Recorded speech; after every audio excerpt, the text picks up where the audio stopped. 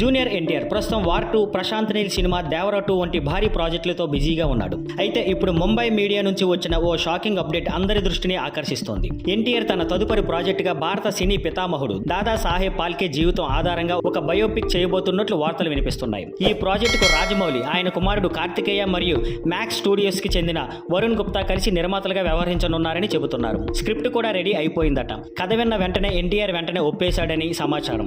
అయితే దాదా సాహెబ్ ఫాల్కే పాత్రను ప్రదర్శించడం పెద్ద సవాలే అని పరిశ్రమలో చాలా మంది భావిస్తున్నారు. ఆయన జీవితం చాలా గాఢమైన భావోద్వేగాలతో, తీవ్రమైన సంఘటనలతో నిండినది. ఎప్పుడూ మాస్ పాత్రలు చేసి ఎన్టీఆర్ కి ఇది పూర్తిగా భిన్నమైన రోల్ అవుతుంది. ఫాల్కే గారు 1870లో దుందిరాజ్ గోవింద్ ఫాల్కేగా జన్మించారు. 1913లో భారత తొలి పూర్తిగల సినిమా రాజా హరిశ్చంద్రను రూపొందించారు. మొత్తం 95 సినిమాలు తీశారు. 1903లో పురావస్తు శాఖలో ఫోటోగ్రాఫర్ గా చేరారు. 1910లో లైఫ్ ఆఫ్ క్రైస్ట్ అనే సినిమా చూసిన తర్వాత సినిమాలు తీయాలని నిశ్చయించుకున్నారు. తన మొదటి సినిమాకి డబ్బులు సమకూర్చడానికి తన ఆస్తులన్నీ అమ్మేసి అవసరమైన పరికరాలు, సినిమాలకు సంబంధించిన పుస్తకాలు కొన్నారు. లండన్ కి వెళ్లి 5 పౌండ్లకు కెమెరా కొనుగోలు చేశారు. ఒక చిన్న సినిమా తీసి మద్దతు పొందడానికి ప్రయత్నించారు. చివరకు 10,000 సమీకరించి తన సినిమా జాతరకు శ్రీకారం చుట్టారు. ఆయన భార్య సరస్వతీబాయి కూడా ఆర్థికంగా, భావోద్వేగంగా ఎంతో సహాయపడింది. తాను ఉన్న ఆభరణాలను కూడా అమ్మి ఆయన కలను నెరవేర్చింది. కానీ దురదృష్టవశాత్తు అంత గొప్ప కృషి చేసిన తర్వాత చివరి రోజుల్లో ఫాల్కే చాలా కష్టాల్లో జీవించారు. చివరికి తాను చనిపోయే వరకు 6 సంవత్సరాలు తన సొంత ఇల్లు కూడా లేకుండా జీవించాల్సి వచ్చింది.